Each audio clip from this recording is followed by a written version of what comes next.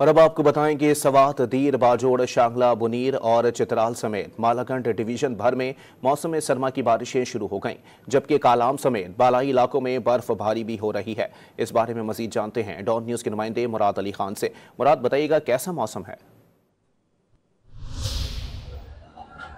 जी बिल्कुल, मालाकंड डिवीजन के मुख्तलिफ अजला में बारिश और बालाई इलाकों में बर्फबारी का सिलसिला वक्फे वक्फे के साथ जारी है।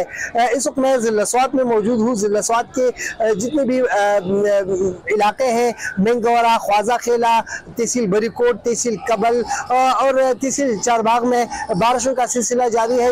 इस तरह जो सियाहती मकाम है कालाम और मालम जब्बा, उसके पहाड़ों पर बर्फबारी का सिलसिला भी वक्फे वक्फे के साथ जारी है।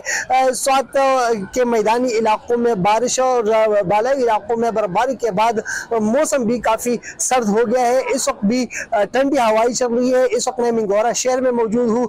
यहाँ पर भी सुबह जो है तेज़ बारिश हुई थी। अब जो है बारिश का सिलसिला जो है वो थम गया है।